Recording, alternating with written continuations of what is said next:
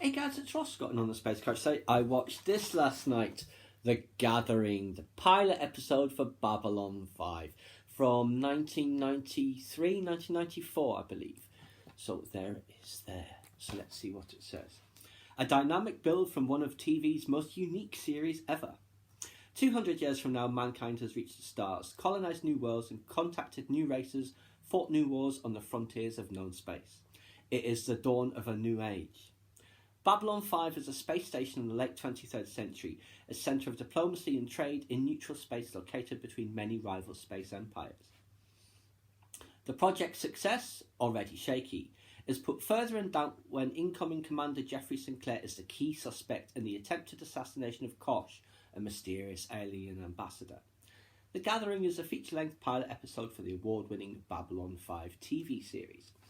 Yes, lots of changes between this and the TV show. You can see there Jakar's makeup is quite different.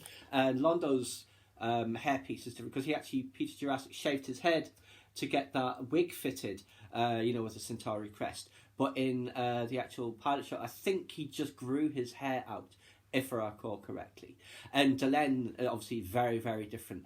My understanding is that character was originally intended to be male, and then with the use of the chrysalis and the cocoon would become female. But obviously it was amended so the much better makeup in the TV show, where she was female and then became half human. But it's interesting because there's an opening monologue that's very similar to the one in the TV show, certainly for the first series, Dawn of the Third Age of Mankind and all that sort of stuff. But it's from Londo. But the narration is improved for the series. But yes, there's some things, I thought were still pretty decent. The plot is good. It's 90s, so it is slower paced, which I didn't pick up on previously, but it's been such a very long time since I watched it. And the styling of the clothes, certainly of the humans, is very 90s as well. Delvana, one of the bad guy character in it, with a very 90s check blazer. Nita Alexander's got one of those very long raincoats as well. All that sort of stuff. But yes, fascinating in many, many ways. Some things I thought, looking back at it now, doesn't quite work. Just like when they're going through the methane breathing section of the station where those inhabitants live, why are all of their living accommodations open, walled, like they're in a zoo? Because that's exactly what it looks like when they're going past and we see all the different creatures. Great prosthetics and puppetry and animatronics, though, I have to say. The other thing that didn't quite work is where Lita asks Sinclair, why is it called Babylon 5? She's human, she would know that. It would make more sense, the conversation he has with Delenn at the end, where I can't remember the exact phrasing, but it's like, why do you rebuild it? It's because that's what humans do. We'll build it. If it gets destroyed, we build it again and again and again. And that is where it would have been better for them to have said why it's Babylon 5. The first 3 stations were sabotaged. The 4th one disappeared. But I did enjoy it very much. The effects, they're 90s, so, they're all right, I guess. But that was the thing about Babylon 5. And for the time, its effects were great all the way through, but it wasn't about the effects, It was about the story and the characters. That was what drove it forward. The effects were secondary, although they were great.